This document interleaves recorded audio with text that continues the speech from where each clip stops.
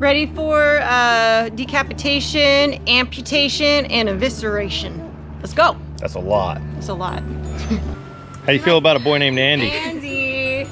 She likes How do you feel about a boy named Andy? Does Andy know that you have a YouTube channel? Frankie, would you like to say anything to Andy? Casey sees this. She likes you, Andy. He already knows that, and so does like 6 other people. And her dad has a lot of guns. Andy, I can shoot straight a long ways. The question is, can you run in a zigzag pattern? He's blonde, so I don't know. He's blonde? Is he smart? Yeah. Does his family have money? You're gonna need to marry money, Frankie. Hey guys, welcome to TCR. Sid here. Thanks for clicking on the video. If you haven't done so already, make sure you hit that subscribe button. Today, as you can maybe tell by what's behind me, is a processing day. It's time to put some birds in the freezer. We have a whole bunch of chickens out on the pasture that are Cornish cross meat chickens that are ready to be processed, and we should have some decent sizes out there. Let's finish getting this set up and start processing some birds.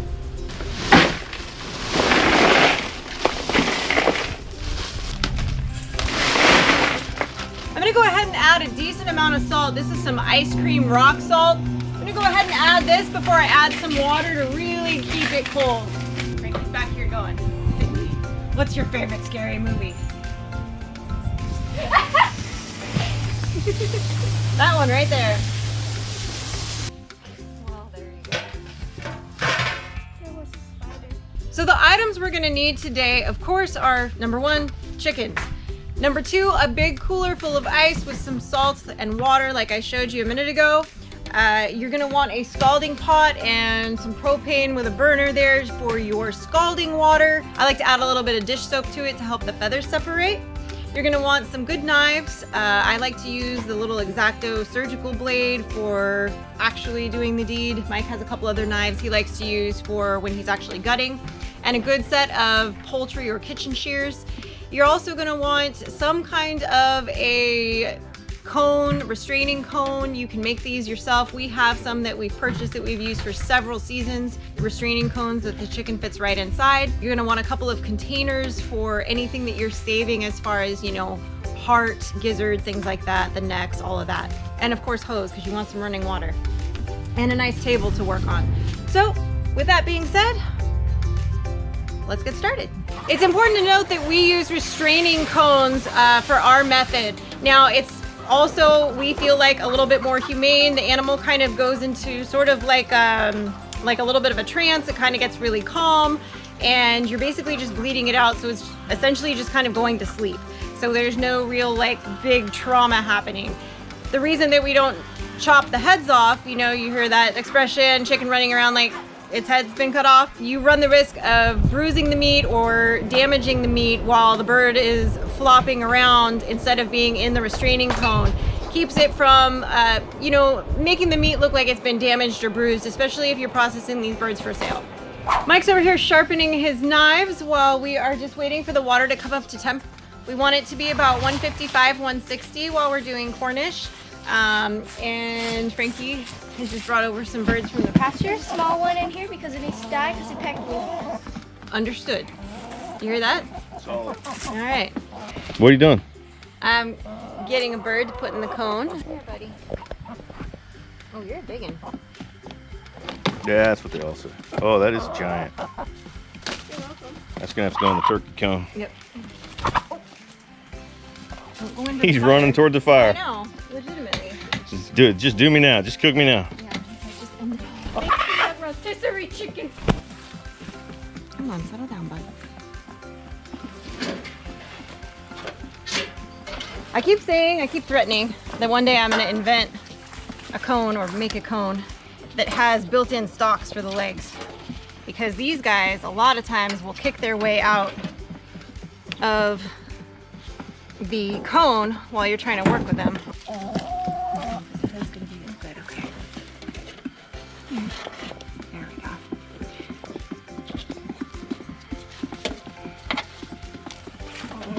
And you're just gonna kind of go down the line from their ear This part we won't be showing for YouTube, so we're gonna cut away right now. But it'll be on Patreon. I always hold their head. A lot of times once you cut their necks, they want to pull their head back up and it kind of staunches the bleeding, and it's just easier, I find, if you just kind of hold them, make sure that they bleed out properly. Now they're still going to go through the phase where they kind of shake, and that's just part of the process. It doesn't mean that anything went wrong. It's just a dying seizure. It's just a dying seizure. It's very normal. There's a little bit of it right there. And then we're just gonna let him finish draining out there. I'm gonna go ahead and grab another one that's a little bit smaller that'll fit in this cone, so I can let them kind of hang and drain at the same time before the water's ready.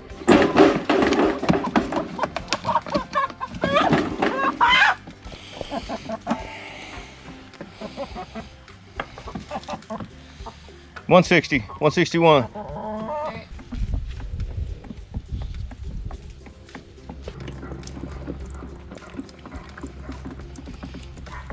So now that these guys are ready here, they have ceased to exist. Nope. Well, their consciousness has ceased to exist. We're gonna go ahead and scald them in our 155 to 160 degree water and throw them in the plucker. Usually about 15 to 20 seconds does the trick. Let's check a wing. Coming out pretty good. Then we drop it in the plucker.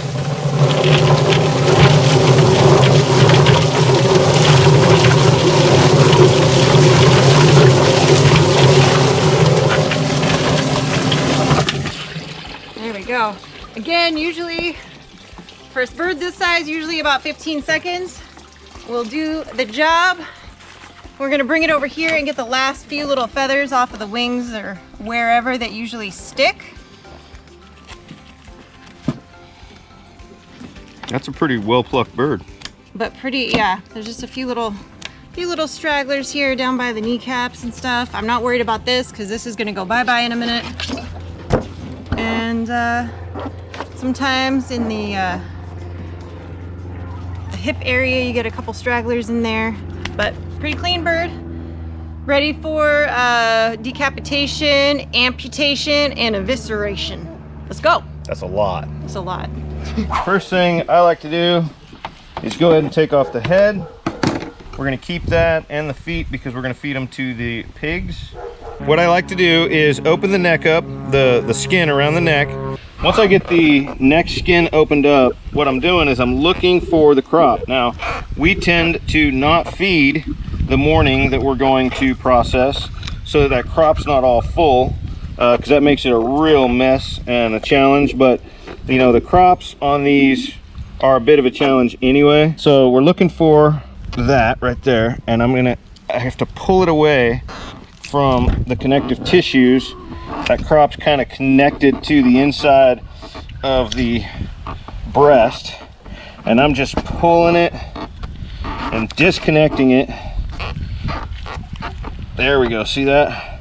Now if this bird had eaten this morning, that crop would be big and fat and full, but that would be a bummer because then it's really hard to get out. So just getting it all disconnected, just like that. Okay, so once I've got the skin pulled away from the neck, I've got the esophagus kind of freed up, I got the food tube all the way down to the crop freed up from all connective tissues here. Now I can spin this bad boy around, take my sharp tool again that I probably shouldn't be using, and I'm just going to give it a slice right there. Now look at that. See how I barely went deep enough just to get through that fat layer right there, because there's intestines and stuff in there that we don't want to cut. Okay, The poop chute. yeah, then I'm going to go like this. I'm going to come back a little ways and just kind of open it up right here, kind of like what you see in the store. All right, first thing laying on top of there is going to be the big old gizzard, and then back inside there a little further is going to be the liver, chicken liver, laying on top of there, and tucked underneath of all of that is going to be the intestines, and the gallbladder is attached to the liver. Gallbladder is bright green. I'm gonna try to get all this out of here without popping any of it inside the bird. Ready, set, go. All right, hand goes inside, fingers across the top. There's connective tissues in there that we're gonna be breaking. We're just kind of sweeping our fingers like this, and every time we feel resistance on some thin connective skin feeling things, we just kind of pull through them until everything is pulled loose, okay? Then I'm looking for the tube that comes off the top of the gizzard, okay? That's the tube that's sticking out up here that's connected to the crop. So I'm gonna get a hold of that. This is our David Copperfield moment. Oop, I just broke it. Oh, see? Bummer. So, contingency plan. Keep going. Get your intestines out. Be careful about them. Got some hardy right there. A little bit of liver attached to it. Yeah. Now I've got a hold of the tube that I broke, and watch this. Whoop, it's pulling through, and there's that crop. All right, now what I'll do is I'll take a sharp knife and I'll go in right beside the vent, and I'll find my finger and try not to cut it and come straight up like this. Okay, see that? And then I'm gonna go around the vent, come around to the other side. Also known as the cloaca. Yeah, whatever. It's my favorite word. Come around to the other side, same thing. We're coming right up like this, around that vent, and then down the side. Now there's two ways you can do this right now, okay? You can continue around the vent and take the vent out and leave the butt nugget on there like that, okay? That's what some people like to do. Sometimes you see it like that in the store. I did it that way just now to show you guys, but what I do generally is once I get cut all the way down around the vent, I just come in here like this and take this off and leave that attached. It does have a little fat in it that will render in some dishes, but for me, frankly, it's not worth it. The pigs like it. Yeah. So this one, believe it or not, was a girl. I knew it. Giant girl. It's got little eggs forming in there. Got a little egg sac starting to form in there. That's little caviar. I could have swore this was a boy. Nope, I could tell it was a girl. Okay, now we need to get the lungs out. The lungs are way back underneath these ribs back here, okay? And they're actually kind of inserted into the ribs. Like if this is the ribs, the lungs are tucked inside of them like this. So I'm gonna take my fingers to the back wall and scrape down like this and peel the lungs out of the ribs. You do not want to leave those lungs in the bird when you cook it because they smell bad. Yeah. Same thing on the other side. I'm peeling the lungs, scraping down out of the ribs, just like that, okay? Now, I see that I did not get the esophagus out, so I'm just gonna pull that out the other end. Now I've got everything out. Now I gotta give it a real good squirty. The last thing that I wanna get out of there is way back here in the back, and you can't really see them. You have to know they're there. But tucked right down inside here on both sides of the spine are the kidneys. And again, they've got a very earthy flavor to them, and I don't really care to keep them in the bird. So I push my fingers straight down on both sides of that backbone and slide towards me, and they come out in pieces usually. And this is all these organs are all good for the hogs. You don't want to be throwing this away. I'm scraping it all over here to the side. Okay. Then I'll give it another good internal clean. Get a little aggressive with the hose here. Take off the feet. And what I'm gonna do is just hyperextend this leg a little bit like this. Boom. And then a little slice with a sharp knife right across the top. It's gonna expose that knuckle, okay? Then I'm just gonna follow that knuckle. Hear that? I'm keeping it hyperextended so it's easy to cut, okay? And then just boom. One more time, hyperextension, sharp knife, little slice, okay? Follow the edge of that knuckle, look at that, there it goes. Okay, now, the neck. I like to stretch the skin back as far as I can, get as much of that neck out of there as I can, We like the neck, we're gonna keep it, but not on the bird. So I'm coming back here with the poultry shears, just like that. And there's the neck. Now we have a very clean bird. Big bird too. Look at that. Boop, boop. It's a beauty. Once you got the bird cleaned up and rinsed, you're just gonna submerge it in the ice. You want this bird to get down to like 40, 42 degrees inside of like 4 hours. What are we doing, buddy? Gizzard, great for making gravy out of, for flavoring things. I'm gonna take this gizzard and I'm gonna stand it straight up and down. There's like this kind of red, like frisbee edge looking up at me. I'm gonna place my sharp blade on the top and just slide in gently. I'm listening for the sound of gravel. And I'm gonna stop. I do not want to be slicing gravel with my sharp knife. Then I'm just gonna peel it open once I've got to that point. Just like that. And what I've got here is all of the grit and gravel and stuff that they pick up out of the pasture to help them break down the food they're eating. And this is all kept inside of like a biosuit inside here, this yellow film. And I'm just gonna grab the edge of this yellow film that protects the rest of their proteins from the acids that get injected in there. And I'm gonna peel this yellow film out, just like this. It's not super easy, but it's frankly not that hard. It's totally worth doing. And there you have it, that's a gizzard. So now I'm just gonna give it a good rinse. Okay, both sides, in and out.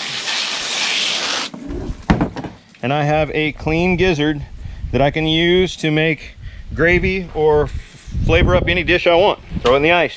Chicken got loose. Well, that was too easy. Let it go. I got skills. They're multiplying. Okay. I'm from the government. I'm here to help. Calmed right down just like a liberal. Look at that. How do you feel about a boy named Andy? Andy. She likes How do you feel about a boy named Andy? Does Andy know that you have a YouTube channel? Frankie, would you like to say anything to Andy? In case he sees this, she likes you, Andy. He already knows that, and so does like 6 other people. And her dad has a lot of guns. Andy, I can shoot straight a long ways. The question is, can you run in a zigzag pattern? He's blonde, so I don't know.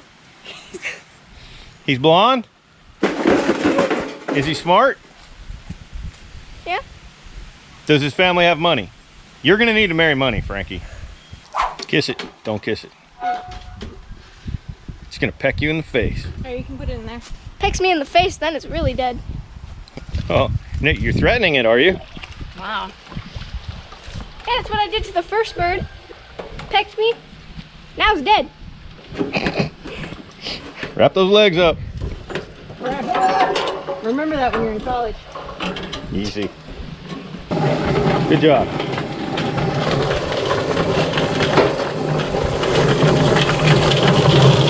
Had to show you guys this. This is always really cool to find when it happens. This hen was one of our Cornish that was more mature. She was one of the holdovers from last season, and she'd been laying eggs. And here's one that's fully formed. I mean, it's still kind of rubbery. It wasn't fully ready to be laid yet. And then she's got a few yolks that were in various stages here for development. And that is so cool. So these are gonna go to the pigs, and they are going to absolutely love it. And I've got a whole crock pot over there that I'm about to go set in the thing and turn on, that's got heads and feet. They're gonna be happy, happy, happy. All right? Look. Little baby eggs. That is so cool. It's so interesting to see them at the different stages when they're in development. It's really fascinating. So that's it, processing a chicken out from start to finish. Don't forget to like the video, guys, subscribe to the channel, and click the bell so you get the notifications.